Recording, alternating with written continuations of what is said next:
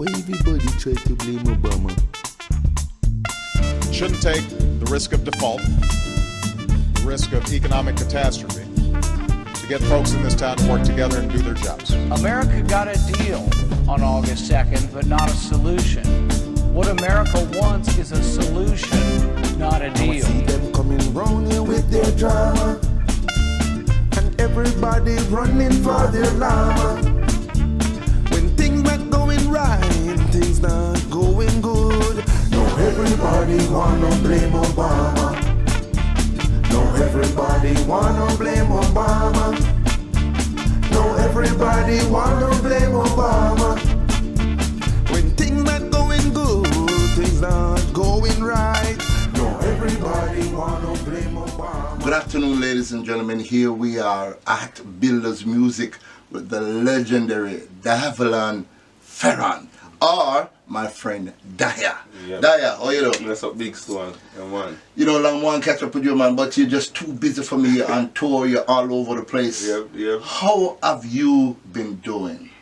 I'm doing great, you know, and you know, I have to give thanks that, you know, with time we learn how to balance our life and balance ourselves, and you know, give thanks for the little blessing and how to live life, and that's the greatest. Live life to the thing, fullest. To the fullest, yeah. Because life is not promised to no man in longevity.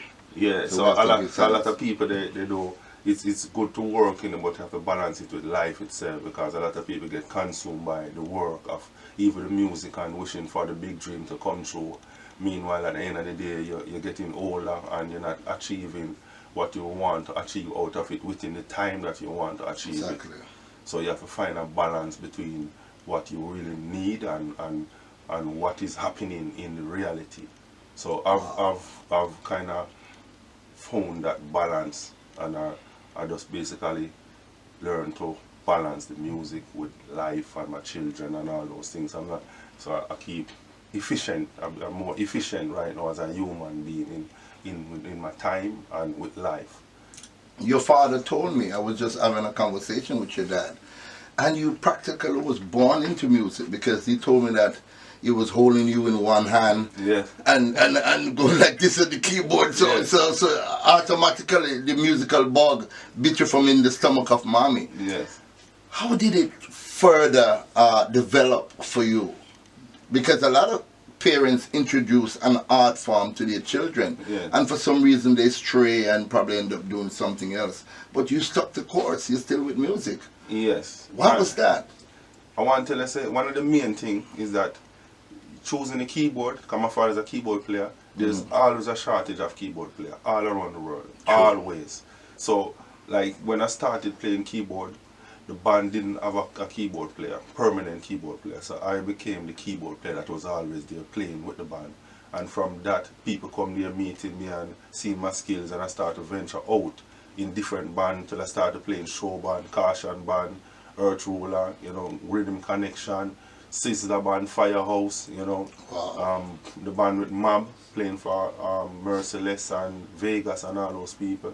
You know, so music just keep propelling, you know, to different stage until I produced Gallop, Man Together No Good, and that basically took me off the stage and put me in the studio. Because I can't get to do no stage show again, because then now it's all about production. So artists checking me about producing rhythm, producing songs, you know, all of those things. So I get caught in the studio, and from that I basically can't get out, literally. Because it's stuck in the studio, because the song to mix different, it's a different road. Tell your fan base some of your work so that they can identify a face with the works that is already out there and doing well. One of my major productions is Gallop, Man Together No Good, which was #1 all over the world. And that beat featured a lot of artists like Damian Marley, Get Something on Blaze, Sean Paul, Dirty Cup, Dirty Trad, something like that. Vibes Carter, when Bad Man Drive By, you know, all of the Wyclef did a song on it.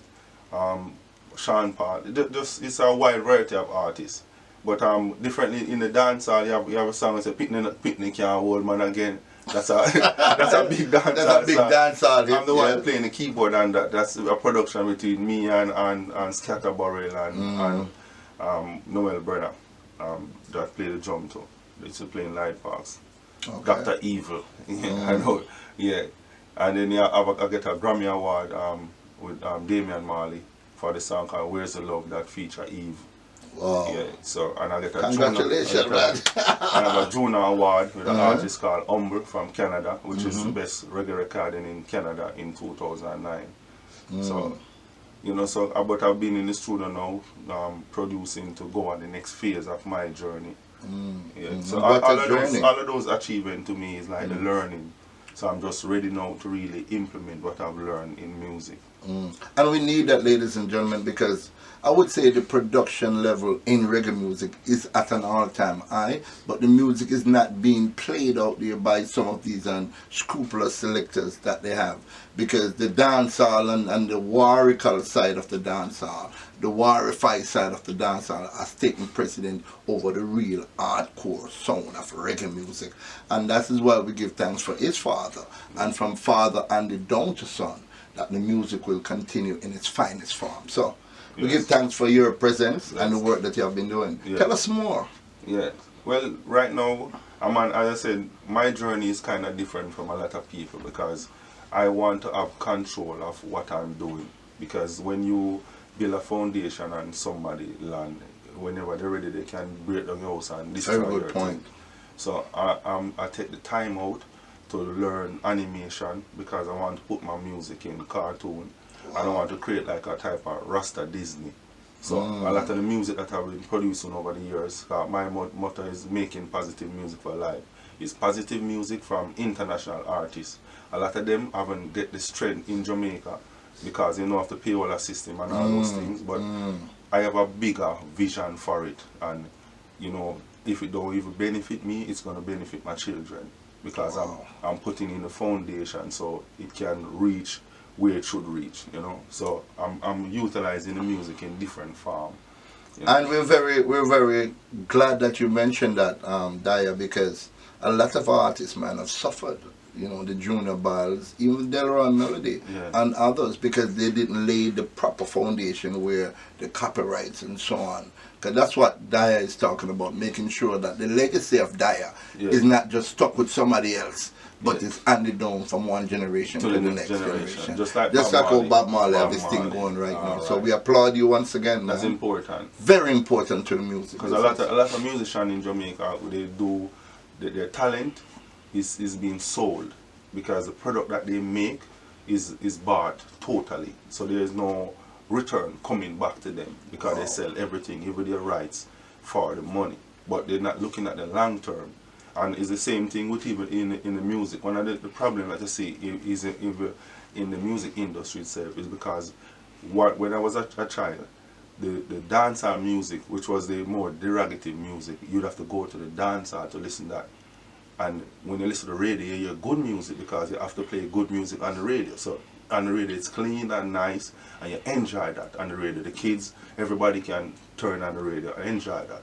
So if you want to listen Capleton that say Ray and Granny and love and turn on Bumbo Red, you go to the dance hall, and when you go to the dance hall it's nice because at this alone you're going to hear that. Yeah. So you're going to enjoy that. But that's a very good in the dance hall. We have to elaborate on that because what that is saying, ladies and gentlemen, and this is very important to the business, and the Prime Minister of Jamaica is listening here, the Honourable Babsy Grange, a very, very good friend of mine. I love you, Honourable Babsy Grange. She's doing a remarkable job with the music industry and the music fraternity. But we need to have censorship. We need to have proper censorship where we don't beep out a word. Because these kids are smart enough to know when you beep out a word, what the word was, because they hear it in the school bus and they hear it all over the place. So we need to have proper music on our radio station and then allow the dancehall for the mature audience and the dancehall thing, and we have the problem with that. The war that is in the dancehall now, we're not going to call any particular name, but we have factions like maybe Alkaline, we have the Sixes with Squash and Chronic Law and Javelini and all of the great. What are your thoughts of this type of a music? Is it healthy for our children? Well, to me, it's not healthy, and it's very destructive in many different ways. Yeah, as I was talking a while ago, there's a place for certain things, and if you go to a go-go club and you hear them playing certain type of music, skin out this, it's that natural. Is expected. It's expected. It's natural, and if you're going to a dance hall and they're playing certain type of music, it is expected same way. So even the clash thing, what that is happening with the clash now is that they putting it on a wide scale medium, which it hurt a lot of people because everybody get involved in it now and start to take side, and then you find out two brothers fighting, one stab up the next one over a little clash. But if you have like the sting, you go a sting for watch a clash, and when it done a sting, it done a sting. It doesn't a sting, true. So you go a sting, a clash. Because that it make for. Yeah. You understand? I remember. So when you put the thing in the correct space, then you get the correct benefit out of it. But when you put it on a broader scale now, it is not something where people feel it's a special thing where you go around and go watch a boxing match and you see some little ghetto you fight, and after that it done. Who no see it, no see it. If you get a little pee pipe, you know, say yeah, you did get a little pee pipe on your phone, I hate that, but it's not for you. It's not for everybody get involved in it and go create this big animosity, and then you're the one there say this and everybody get work up over this thing. Meanwhile, the music, the bigger process of the music, because the music is supposed to give praises to the Almighty. And that music, that is what music was created for from the beginning. It wasn't something for money, for people get rich out on them Sunday. That wasn't the purpose of music. David used to play it and heal. They used to play the harp and heal people. And people come for that healing, for the musical healing, because that was the purpose. And they use it now and pray to the Almighty. You beat the drum and you do your thing, and that is the real purpose of music. So when you put it in this format now, it should still be giving praise and still be uplifting the people, because that is the major value of the music. So when they're using the music now for other things, it's come like a weapon. Like you get this great gift, and you're using it as a weapon now to attack your brother, attack your brothers and sisters. So it's not being put in the right place, in the right context for you to get the right value from it. So you know, so if you want certain things, you go there. So you know, if you put on your music on the radio, I'm supposed to can turn on the radio, me and my son and my daughter. Exactly, no matter what age. Alright, no matter what age we go. Yeah, yeah. Ladies and gentlemen, here we are at Builders Music in Barbican, and we are talking with the legendary instrumentalist, record producer, artist to come. You must do something. Yeah, 4 albums. Yes, about 4. We're going to talk to Daya a little bit more about his accomplishment. But so Daya, the 4 albums that you're talking about, tell us a little bit more about that now. Well, you know, me do music, as it enough with me do it in the reverse. And we do music in the reverse because I was a musician first. Explain that.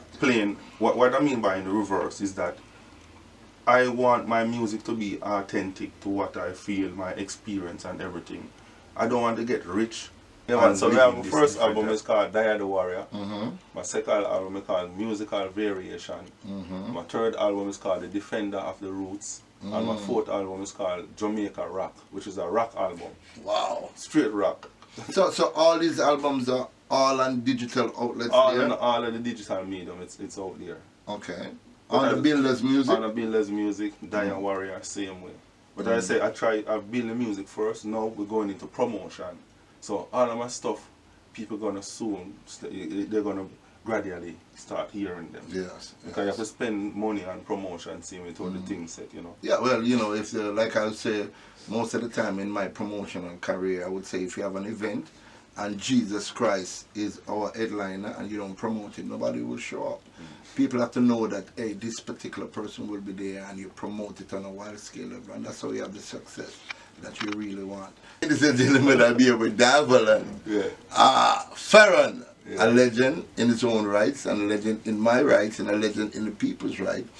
A young brother, as you can see, the son of a legend, Jadi, Dennis Fearon, and it's a musical family, and this is how we encourage youngsters to, if you want to build a career, build a good career so that your children can carry suit. And when I know Daya get a little older, maybe one of his children my son ready right now, Mosiah is singing. Mosiah, is out there now and doing them? No, I'm going to do his first song. I just put him in the studio and put on a rhythm and say sing, and all of them just sing a full song. Just like that. Just like that. And Mosiah's song is like amazing right now. I'm talking to him to finish the song so we can come in. He's just 11-year-old, but that song that he's singing, it's amazing. I'm going to put it together properly and push it out there so people can get it. Well, you know, that is always a privilege talking with you, man. You're a knowledgeable brother, a brother filled with love, ladies and gentlemen. That is the key. His father demonstrated that when we spoke with Delroy Melody. Ironically, Delroy started his career with his father. And 2019, here we are again, further in the journey with his father, the legendary Jaddy. So, the music was found and built on love. It was a message music, as Dia said. We shouldn't destroy it. We should continue to use reggae music, sweet reggae music, as the message music, so we can build our people and our race and go forward. It was a pleasure.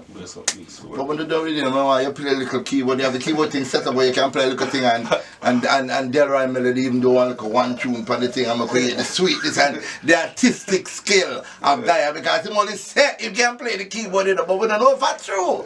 So we're going to see for ourselves. So don't touch it all. Big Stone and the legend, Dia. We'll be right back. Rastafari. Yeah, what? Now I see them spending money fighting war. It's the same reason I can't even buy a car. Recession is taking over, people praying to the Father. Now everybody wanna blame Obama. Now everybody wanna blame Obama. Now everybody wanna blame Obama. When things not going good, things not going right. Now everybody wanna blame Obama. Finally, Washington is taking some responsibility for spending money that we don't have. If we continue to move toward more and more spending cuts, we will literally disadvantage the poor and working families of America to the advantage of those who are well off. Why everybody wanna blame Obama? Why everybody wanna blame Obama? When things not going right, things not going good. Now everybody wanna blame Obama. It takes unity to build our country.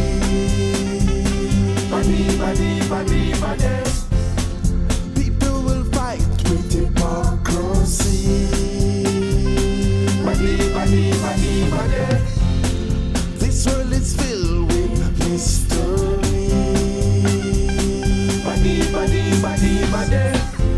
You got to create the world you want to see. The world you want to see. Don't everybody wanna blame Obama. No, everybody wanna blame Obama. When things not going right, things not going good. No, everybody wanna blame Obama.